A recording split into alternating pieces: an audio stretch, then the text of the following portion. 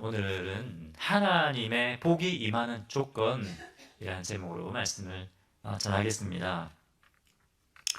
요즘 우리는 열왕기상 말씀으로 매일 큐티를 합니다.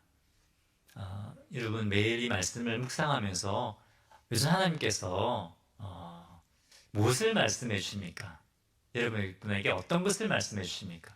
큐티는 하나님과 함께 시간을 보내는 거죠. 그죠? 하나님의 말씀을 듣는 시간이죠. 하나님께서 어떤 것을 말씀하고 계십니까? 하나님께서 저에게는 누가 사람을 세우고 누가 우리 가정을 세우고 우리 교회를 세우고 또 나라를 세우는가, 하나님께서 주권자가 되신다는 것을 계속해서 저에게 말씀해 주고 계십니다. 아마 여러분도 마찬가지일 겁니다. 말씀을 읽을 때마다 계속 하나님께서 그것을 보여주실 것입니다. 우리의 노력과 우리의 탁월함이 아니죠. 그죠? 우리는 우리의 노력과 우리의 탁월함이 있으면, 내가 좀 능력이 있으면 내가 멋지게 한번 살아볼 텐데, 그렇게 생각합니다. 하지만 그것이 아니라 우리의 노력과 우리의 능력이 아니라 하나님 손에 달려있다. 아멘이십니까? 네, 그것을 계속해서 말씀해 주십니다. 열왕기상 1장 5절에 보면 다윗의 아들 아도니아가 스스로 높여 이르기를 내가 왕이 되리라, 이렇게 말합니다. 스스로 높여서 내가 왕이 되리라. 이스라엘의 진짜 왕은 하나님 아니십니까? 그죠? 하나님이 허락도 안 했는데 자기를 스스로 높이고 내가 이스라엘의 왕이 되리라, 그렇게 지금 자만하고 있는 겁니다. 그런데 사실 아도니아는 왕위 계승 1순위가 맞습니다. 그죠? 그리고 용모도 그냥 준수한 정도가 아니고 보면 심히 준수했다. 심히 준수했다. 외적으로도, 그죠? 너무 멋있었다는 거죠. 보기에도. 그죠? 그리고 사람들을 모으고 이끄는 탁월한 리더십이 있었습니다. 그리고 친밀한 계획을 세우고 왕이 될 그런 계획들을 세워갔다는 것이죠.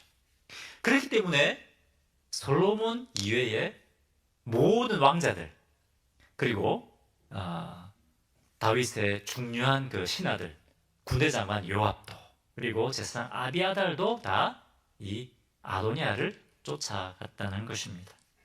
당연히 아도니아가 왕이 돼야지, 이렇게 생각했다는 겁니다. 왜? 상황만 보고, 대세만 보고 당연히 아도니아가 왕이 될 것이다. 그래서 아도니아를 쫓아가는 겁니다.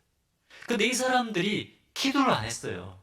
하나님, 이 아도니아가 정말 왕이 될 것 같처럼 보이는데 이 아도니아가 진짜 하나님이 세우실 이스라엘 왕이 맞습니까?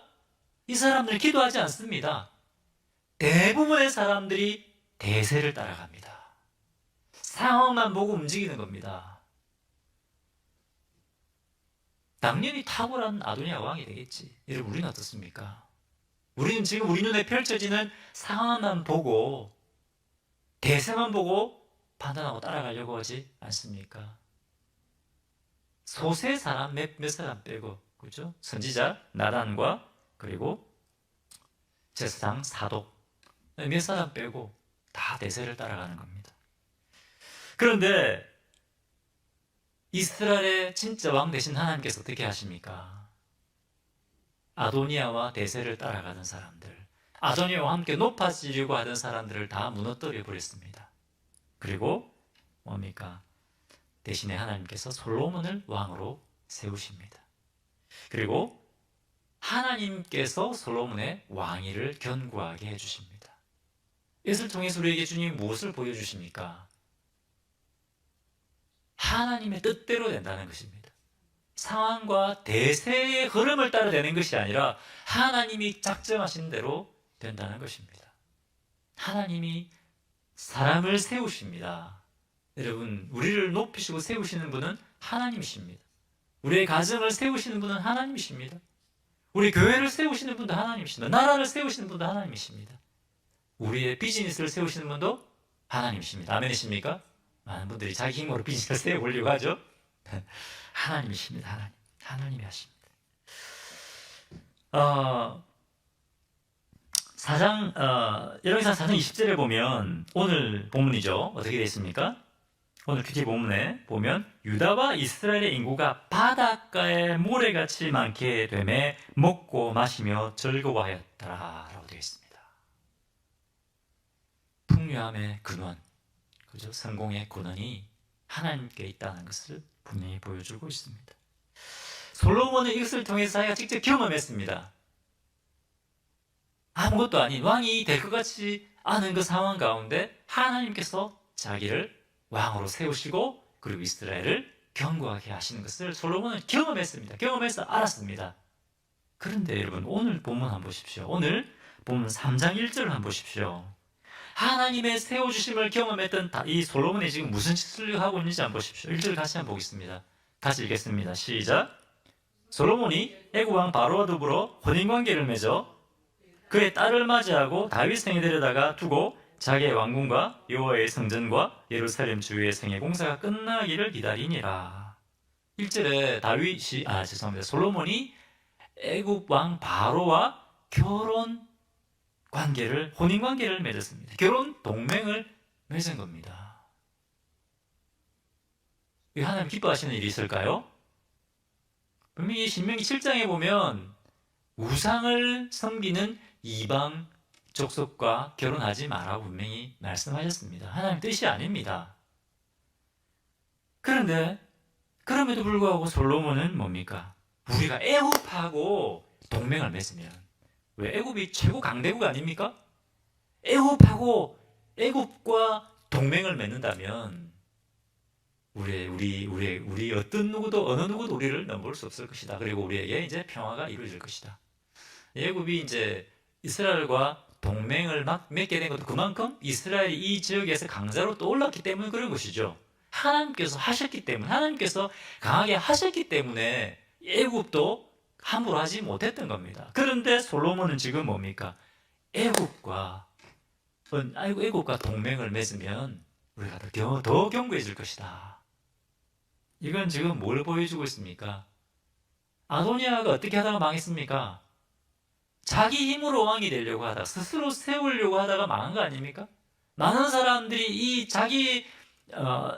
아도니아를 따라가다가 망했습니다. 솔로몬이 그것을 보았습니다. 그런데 지금 뭡니까? 솔로몬도 똑같은 유혹에 지금 빠지고 있는 겁니다. 자기의 능력과 자기의 노력으로 지금 이스라엘을 견고하게 하려고 하는 겁니다. 그것을 보여주고 있는 겁니다. 이 유혹에 조금씩 타협하는 솔로몬의 모습을 짧게 보여주고 있습니다. 우리는 솔로몬의 통치의 마지막 시기에 대해서 잘 알고 있습니다. 11장에 보면 어떻게 되어 있습니까? 11장 9절 제가 읽어보겠습니다. 여러분 성경을 찾아보십시오. 성경 가져오시 열왕기상 11장 9절 한번 보십시오. 여러분 성경 가지고 다니시고 이제 사진 열심히 찾으시기 바랍니다. 열왕기상 11장 9절. 솔로몬이 마음을 돌려 이스라엘의 하나님 여호와를 떠남으로 여호와께서 그에게 진노하시니라. 여호와께서 일찍이 2번이나 그에게 나타나시고. 솔로몬의 마음이 어디서 떠났다고요? 하나님으로 떠나버렸다고 되어 있습니다. 그리고 여호와께서 일찍이 2번이나 솔로몬에 나타나셨다고 되어 있습니다. 뭐하러 나타나셨습니까? 솔로몬의 마음을 바로잡기 위해서 2번이나 나타나서 경고하셨다는 거죠. 네 마음이 지금 나에게서 떠나가고 있다. 내게로 돌아서라. 내게로 돌아와라. 2번이나 경고하시는데 그렇게 하지 않았다는 겁니다. 무엇이 이렇게 만들었습니까? 조금씩 타협해 나간 거죠. 나중에는 11장에 보면 뭡니까? 나중에 보면 솔로몬이 수많은 이방 여인들과 결혼 동맹을 맺습니다. 그렇죠. 그 이방 민족들과 결혼 동맹을 맺으면서 이방 여인들이 들어오게 되고 그 여인들이 뭘 가지고 들어오죠? 우상을 가지고 옵니다. 이스라엘 백성들이, 오늘도 산당이라는 얘기가 좀 나오지만 산당은 뭡니까? 산당은 하나님 중심의 예배가 아니라 어떻게 보면 자기 중심의 예배입니다. 자기 중심적인 방법으로 주님을 섬기는 것입니다. 그래서 하나님께서 성전을 건축하게 하신 거죠. 예루살렘 중심의 성전 중심의 예배를 드리게 하셨습니다. 그런데 여전히 사람들은 산당에서 예배를 드렸으며 자기 원하는 대로 예배 드린 겁니다. 이 산당이 나중에 어떻게 됩니까? 산당이 결국 이방 신들을 가지고 와서 자기들이 원하는 신들을 만들어 섬긴 우상 숭배의 중심지가 바로 이 산당이 되는 것입니다. 솔로몬도 하나님이 자기를 세우셨던 것을 경험하던 솔로몬도 자기 힘으로 자기를 세우고자 하는 유혹을 받았습니다. 이스라엘 백성들도 마찬가지입니다. 하나님께서 바다의 모래알처럼 많게 이스라엘 백성들을 세우지 만드시지 않습니까? 지켜봤습니다, 그것을. 그럼에도 불구하고 이 이스라엘 백성들은 자기 중심의 예배, 하나님 중심이 아니라 자기가 원하는 대로 주님을 섬기려고 했다는 것입니다. 그것을 오늘 본문을 통해서 우리에게 보여주고 있습니다. 그런데 아직까지 본격적으로 솔로몬이 이런 죄에 빠져들지는 않았습니다. 보여주기 시작하는 겁니다. 조금씩 이런 유혹이 있다. 그런데 이 유혹에 솔로몬이 조금씩 타협해가고 있는 것입니다. 사실 오늘 본문은 솔로몬이 잘못했던 부분에 이렇게 포커스를 맞추고 있는 것이 아니라 뭡니까? 솔로몬이 잘했고 하나님께 칭찬받았던 것에 초점을 맞추고 있습니다. 그런데 여러분 대조를 이루고 있지 않습니까? 잠시 보여줍니다. 솔로몬이 유혹당하고 타협하고 잠시 보여줍니다. 그 다음에 솔로몬이 하나님 앞에 칭찬받을 일을 하는 거죠. 어떻게 보면 대조를 이루고 있습니다. 제가 느끼기에는 이 대조를 통해서 결국 하나님께서 어떤 사람을 우리가 어떻게 할 때 하나님께서 우리에게 복을 주시는가, 어떤 때 하나님의 복이 임하시는가 하는 것을 더 강하게 우리에게 말씀하고 있지 않나, 저는 그렇게 이 말씀을 보면서 좀 생각하게 되었습니다. 자, 그러면 언제 어떻게 하나님의 복이 임하게 되는가? 이게 제 생각이 아니라 하나님 말씀입니다. 자, 그러면 언제 솔로몬에게 이 하나님의 복이 임했는가? 첫 번째, 하나님을 예배하고자 하는 간절함이 있었을 때입니다. 솔로몬에게는 하나님을 예배하고자 하는 간절함이 있었습니다. 4절 보겠습니다. 이 왕이 제사하러 기브온으로 가니 거기는 산당이 큼이라. 솔로몬이 그 제단에 1,000번제를 드렸더니 1,000번제를 드렸다. 1,000마리의 소를 하나님께 드린 겁니다.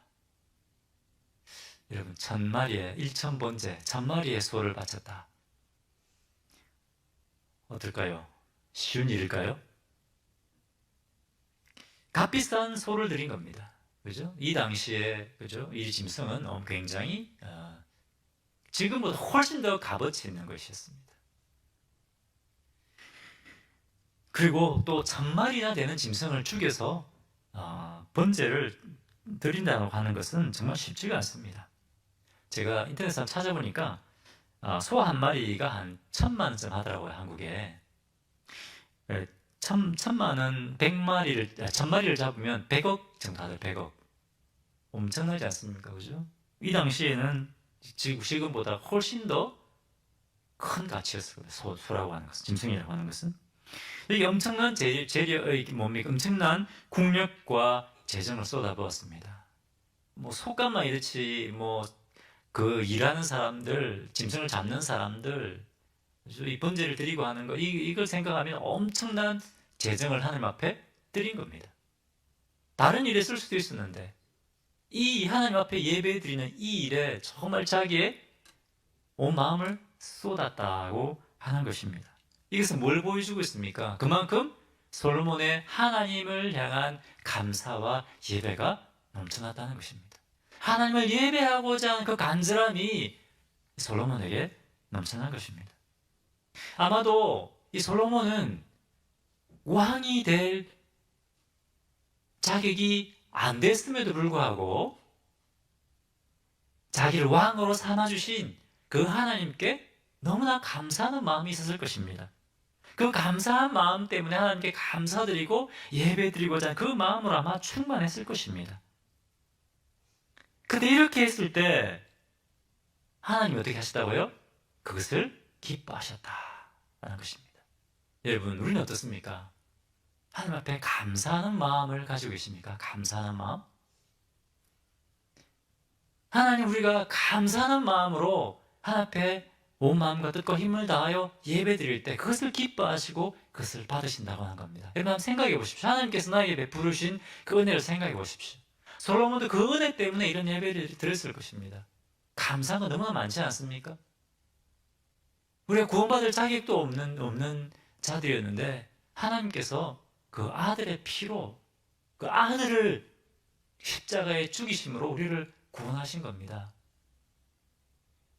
로마서 5장 8절에 자기 아들을 아끼지 아니하시고 우리에게 내오시니까 그 아들과 함께 모든 것을 우리에게 은사로 주지 아니하시겠느냐. 할렐루야. 이런 사랑으로 지금도 하나님 우리를 사랑하고 계신 겁니다. 우리는 하나님의 사랑을 너무 쉽게 생각하지 않습니까? 아들까지 주시기까지 우리를 사랑하시는 거예요.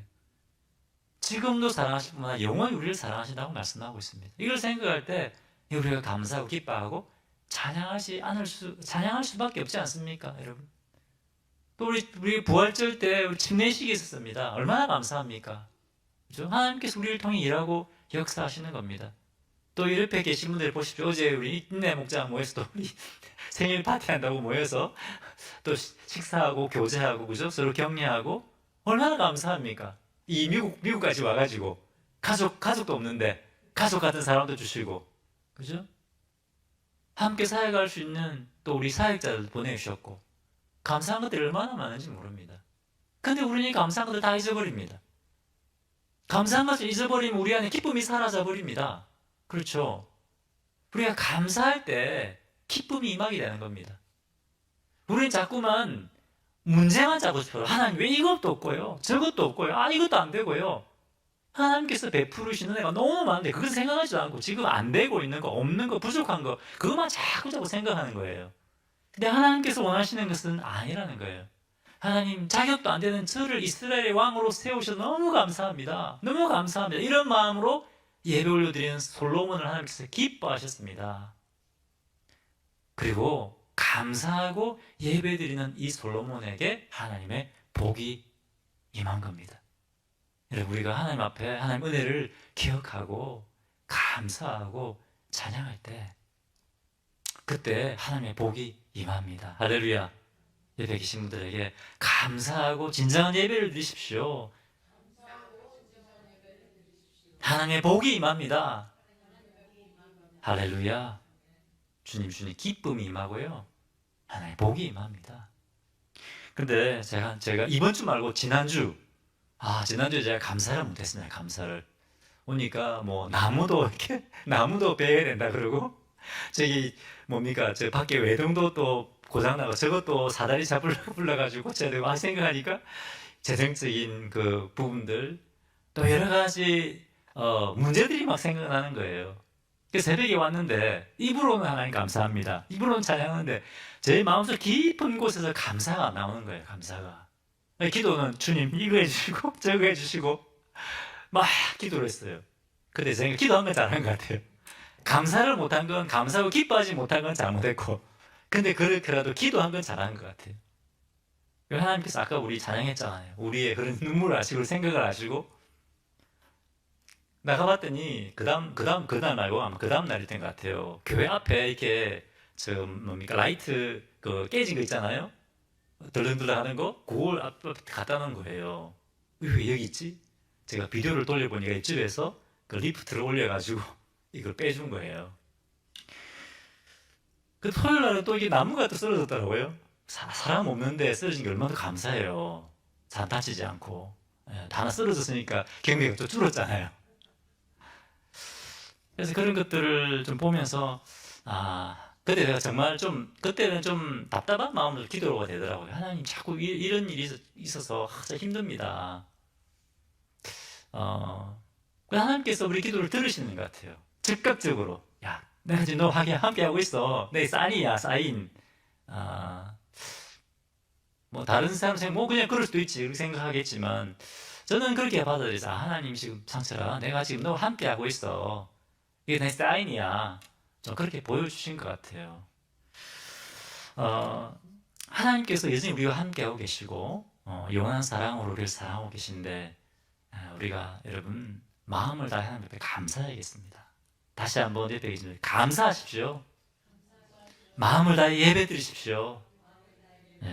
전심으로. 지금 솔로몬은 왕이라서 이렇게 하는 게 아니에요. 왕이라고 다 일천번제를 드리는 게 아닙니다. 하나님을 향한 감사와 이 예배, 하나님 앞에 예배 드리고자 하는 간절함이 있었기 때문에 일천번제를 드린 겁니다.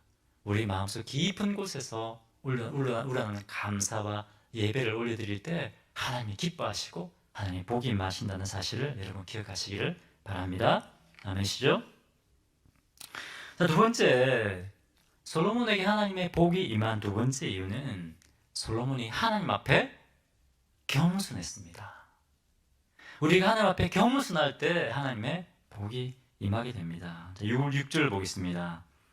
솔로몬이 이르되 주의 종 내 아버지 다윗이 성실과 공의와 정직한 마음으로 주와 함께 주 앞에서 행함으로 주께서 그에게 큰 은혜를 베푸셨고 주께서도 그를 위하여 이 큰 은혜를 항상 주사 오늘과 같이 그의 자리에 앉을 아들을 그에게 주셨나이다.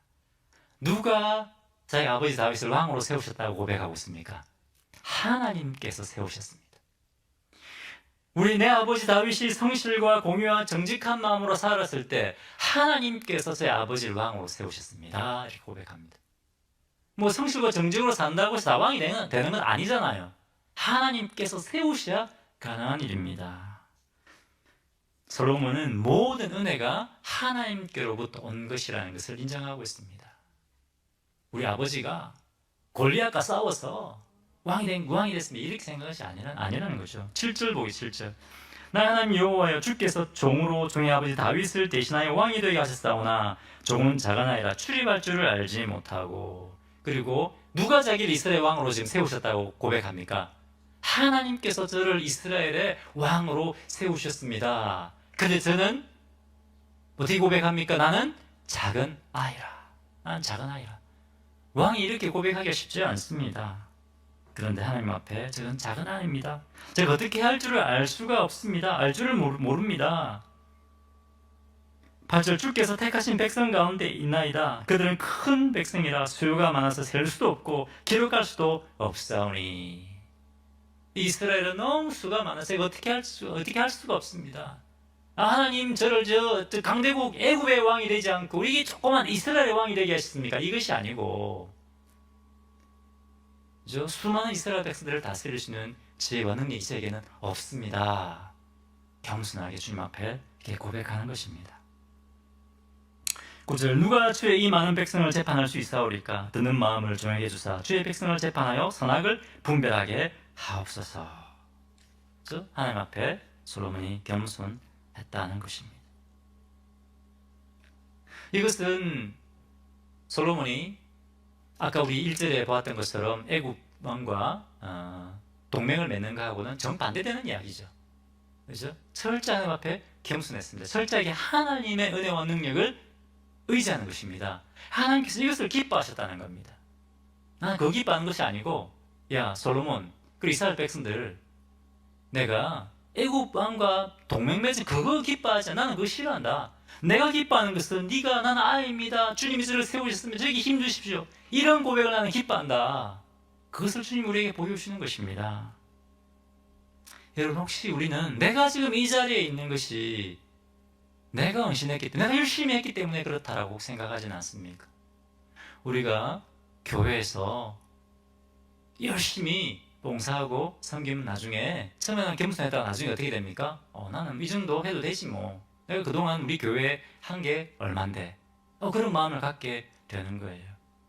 저는 제가 목회하면서 그것을 경험했습니다. 한 분이 제가 이전에 교회 사역할 때 한 분이 엄청난 헌금을 하셨어요. 그 시스템을 다 바꿔버렸어요. 겸손한 마음으로 좋은 마음을 하셨어요. 근데 나중에 발언권이 세지더라고요.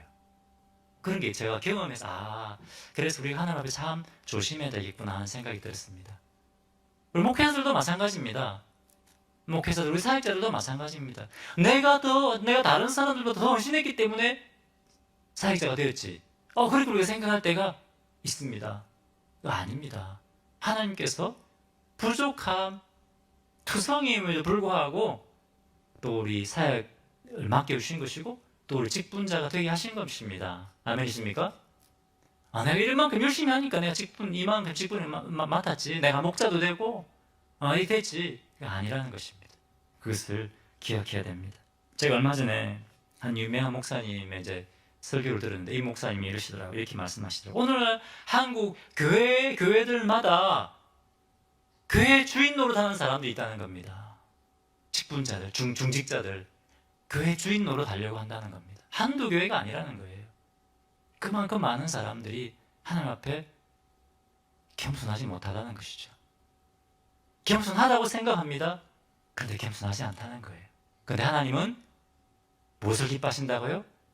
우리가 하나님 앞에 스스로를 낮추고 겸손할 때, 그때 하나님께서 그것을 기뻐하시고 우리가 겸손할 때 하나님의 복이 임하게 됩니다. 제배 계신 분들에게 우리가 겸손할 때 하나님의 복이 임하게 됩니다. 축복하십시오. 우리가 겸손할 때 하나님의 복이 임하게 됩니다. 그것을 하나님이 기뻐하십니다. 아멘이십니까? 네. 자, 그 세 번째, 언제 하나님의 복이 임했는가? 이 솔로몬의 이 모습을 본 솔로몬의 이 번제를 드리는 이 모습을 보면 솔로몬에게는 왕으로서 하나님께서 맡기신 사명을 바로 감당하고자 하는 사명감이 있었습니다. 하나님께서 우리가 주님 주신 그 사명감에 붙들림 받을 때 그때 우리를 기뻐하시고 우리에게 복을 주십니다. 8절과 9절 보겠습니다. 주께서 택하신 백성 가운데 있나이다. 그들은 큰 백성이라 수요가 많아서 셀 수도 없고 기록할 수도 없사오니. 9절, 누가 주의 이 많은 백성을 재판할 수 있사오리까? 드는 마음을 종에게 주사 주의 백성을 재판하여 선악을 분별하게 하옵소서. 하나님께서 이 솔로몬을 기뻐하셨습니다. 그래서 밤에 꿈에 나타나셔서 뭘 원하냐 이렇게 얘기했죠. 이렇게 했을 때 솔로몬이 무엇을 구했습니까? 지혜를 구했습니다. 이 백성들을 바로 재판하여 선악을 분별할 수 있게 주십시오. 이 백성들을 바르게 다스릴 수 있게 해주십시오. 그런 지혜를 솔로몬은 구합니다. 그래서 10절에 보니까 솔로몬이 이것을 구하며 그 말씀이 주의 말씀에 든지라 되어 있습니다. 하나님께서 솔로몬의 이 마음을 기뻐 받으셨다는 겁니다. 그래서 11절 같이 한번 읽겠습니다. 11절 같이 읽겠습니다. 자, 시작. 이에 하나님이 그에게 이르시되 내가 이것을 구하도다. 자기를 위하여 장수하기를 구하지 아니하며 부도 구하지 아니하며 자기 원수의 생명을 멸하기도 구하지 아니하고 오직 송사를 듣고 분별하는 지혜를 구하였으니. 여기 보면 보통 사람들이 구하는 세 가지가 나옵니다. 그 세 가지가 뭡니까? 장수입니다. 건강이죠, 건강. 만나면 건강 이야기 얼마나 많이 합니까? 우리 젊으신 교육 사역자들은 잘 모르시죠? 이제 나이가 40대 중반, 50대 만나면 건강 이야기 하는 건강 얘기. 그것이 대화의 주 토픽입니다. 그죠? 두 번째 뭡니까? 경제적인 부죠. 어떻게 하면 노후 대책을 할 수 있냐. 그죠? 세 번째는 뭡니까? 안전입니다. 안전입니다. 원수로부터 보호해주는 것이죠. 위험으로부터 보호받는 것입니다. 안전한 삶입니다. 하나님 우리 가족의 안전을 지켜주십시오. 이 세 가지 아닙니까? 보통 우리가 구하는 것이 세 가지 아닙니까? 그죠? 건강과 그리고 뭡니까? 경제적인 부분 그리고 안전. 그런데 하나님께서 너는 이 세 가지를 구하지 아니하고 어떻게 내 백성 이스라엘을 바르게 다스릴 것인가, 바르게 재판하고 바르게 이끌 것인가, 그것을 구하니 내가 기뻐한다. 그죠? 솔로몬이 어떻게 이것을 구했을까요? 다른 거 구하지 않고 왜 이것 구했을까요? 하나님의 백성을 바르게 이끌고자 하는 사명감이 솔로몬에 있었기 때문입니다. 부름받은 대로, 솔로몬은 지금 왕으로 하나님께 부름받은 겁니다. 이 부름받은 대로 살고자 했던 겁니다. 하나님께서 기뻐하시고 12절과 13절에 같이 읽겠습니다. 시작. 내가 내 말대로 하여 내게 지혜롭고 총명한 마음을 주노니 내 앞에도 너와 같은 자가 없을거니와 내 뒤에도 너와 같은 자가 일어남이 없으리라. 13절. 내가 구하지 아니한 부귀와 영화도 내게 주노니 내 평생의 왕들 중에 너와 같은 자가 없을 것이라. 할렐루야.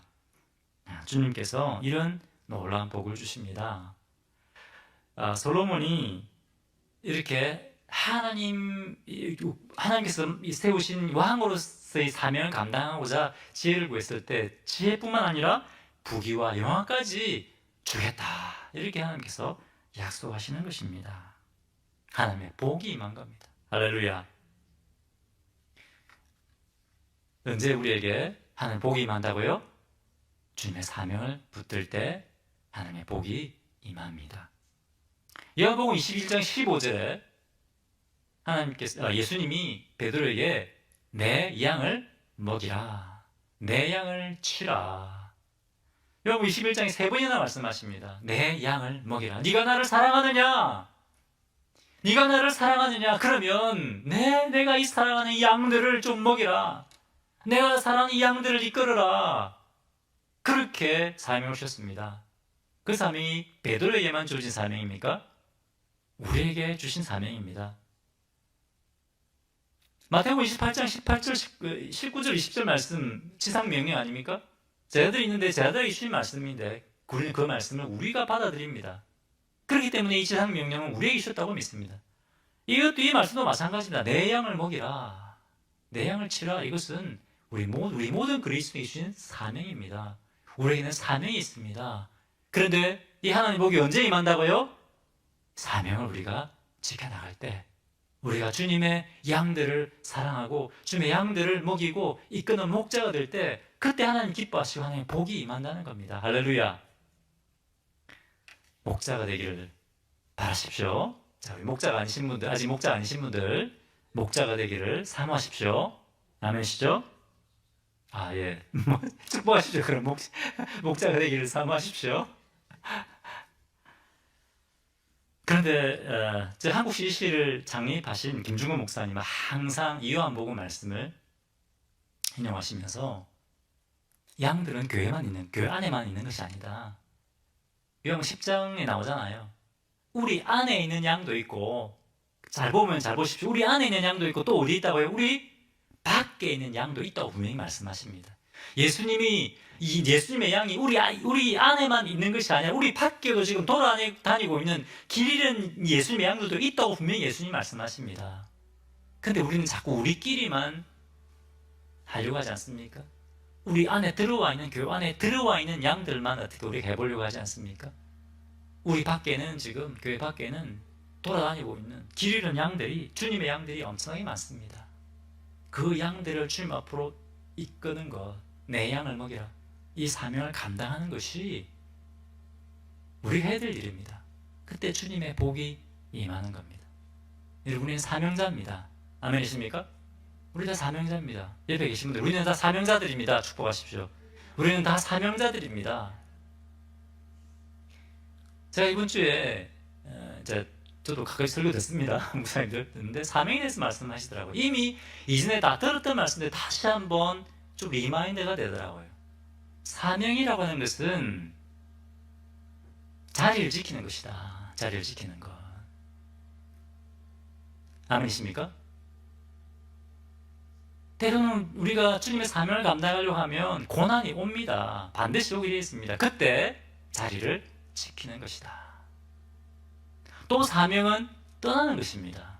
주님이 가라고 하면 가야 되는 것이죠. 아멘이십니까? 그런데 우리는 반대로 한다는 거예요. 주님이 가라 하면 이곳이 도사원, 여기서 머물라 그러고, 그죠?